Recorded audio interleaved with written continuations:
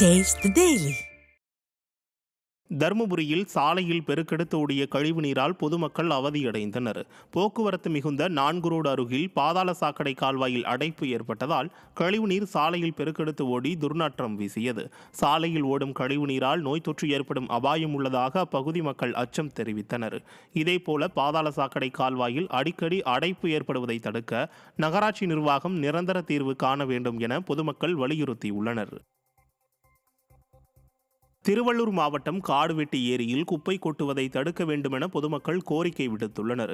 பூவிருந்தவள்ளியிலிருந்து கண்ணம்பாளையம் செல்லும் வழியில் உள்ள இந்த ஏரிக்கரையில் இரவோடு இரவாக பல்வேறு பகுதிகளில் சேகரிக்கப்படும் குப்பைகளை கொட்டுவதாக குற்றம் சாட்டப்படுகிறது.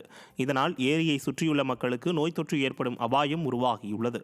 மாவட்ட நிர்வாகம் குப்பைகளை கொட்டும் சமூக விரோதிகள் மீது நடவடிக்கை எடுக்கவும் ஊராட்சிகளுக்கு குப்பை கிடங்குகள் அமைத்து தரவும் பொதுமக்கள் வலியுறுத்தியுள்ளனர். தஞ்சை மாவட்டம் கும்பகோணம் மோதிலால் தெருவில் உள்ள சேய்குளத்தில் மின் விளக்குகள் பழுதானதால் நடைபயிற்சி செய்யும் பொதுமக்கள் இரவு நேரங்களில் பெரும் சிரமத்துக்கு உள்ளாகின்றனர். பல லட்சம் ரூபாய் செலவில் அமைக்கப்பட்ட மின் விளக்குகள் மற்றும் நடைமேடை பராமரிக்கப்படாததால் மக்கள் செல்போன் வெளிச்சத்தை பயன்படுத்தி அப்பகுதியை கடக்க வேண்டிய அவல நிலை ஏற்பட்டுள்ளது.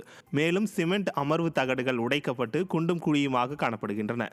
இதேபோல் குளம் மதுப்பிரியர்களின் கூடாரமாக மாறியுள்ளதால் பொதுமக்களுக்கு பெரும் தொல்லையாக உள்ளதாக வேதனை தெரிவிக்கின்றனர்.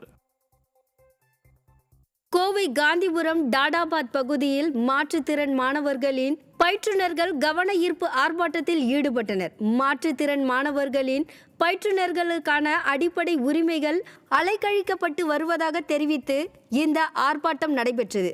தமிழ்நாடு ஒருங்கிணைந்த பள்ளிக்கல்வி திட்ட மாற்றுத்திறன் மாணவர்களுக்கான சிறப்பு பயிற்றுனர்கள் இபிஎஃப் பிடித்தம், மருத்துவ விடுப்பு, பணி நிரந்தரம் உள்ளிட்ட அடிப்படை உரிமைகளை வேண்டும் என இந்த ஆர்ப்பாட்டத்தின் போது வலியுறுத்தினர்.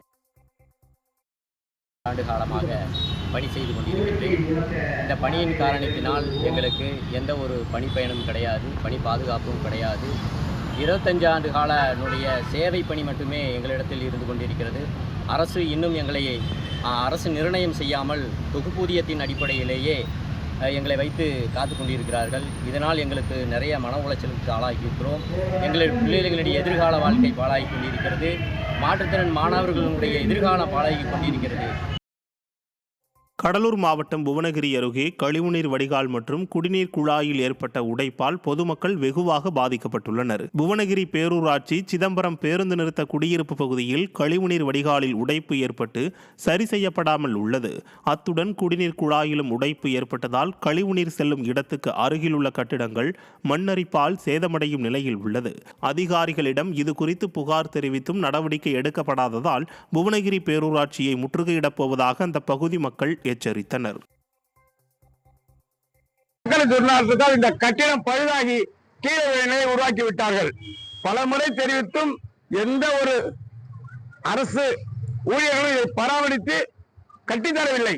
உடனே கட்டித்தர வேண்டும் என்று புவனகிரி மக்கள் சார்பாக கேட்டுக்கொள்கிறோம்.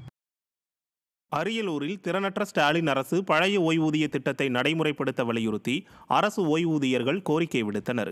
அரியலூர் ஊராட்சி ஒன்றிய அலுவலக வளாகத்தில் தமிழ்நாடு அரசு அனைத்து ஓய்வு சங்க கூட்டமைப்பின் சார்பில் கருத்தரங்க கூட்டம் நடைபெற்றது. இதில் அரசு புதிய ஓய்வூதிய திட்டத்தை ரத்து செய்து பழைய ஓய்வூதிய திட்டத்தை நடைமுறைப்படுத்த வேண்டும் எனவும் 70 வயதை அடைந்த அனைத்து ஓய்வூதியர்களுக்கும் 10 விழுக்காடு கூடுதல் ஓய்வூதியம் வழங்கிட வேண்டும் உள்ளிட்ட கோரிக்கைகள் வலியுறுத்தப்பட்டது. கடலூர் தென்பெண்ணை ஆற்றில் மூழ்கி மாயமான மாணவரின் உடலை மீட்க வலியுறுத்தி உறவினர்கள் சாலை மறியலில் ஈடுபட்டதால் பரபரப்பு ஏற்பட்டது. சின்ன அக்கடவள்ளி கிராமத்தைச் சேர்ந்த கல்லூரி மாணவர் சங்கர் தனது நண்பர்களுடன் தென்பெண்ணை ஆற்றில் உள்ள தடுப்பணை அருகில் குளித்துக் கொண்டிருந்த போது நீரில் மூழ்கி மாயமானார். தகவல் அறிந்து சென்ற தீயணைப்புத் துறையினர் மாணவனின் உடலை கண்டுபிடிக்க முடியாமல் திணறினர். இதனால் ஆத்திரமடைந்த மாணவரின் உறவினர்கள் சாலையில் அமர்ந்து போராட்டத்தில் ஈடுபட்டனர். விருதுநகர் மாவட்டம் காரியாப்பட்டி அருகே தனியார் சோலார் உயர் கோபுர மின்கம்பத்தில் ஏறி தற்கொலை மிரட்டல் விடுத்த பெண்ணால் பரபரப்பு ஏற்பட்டது.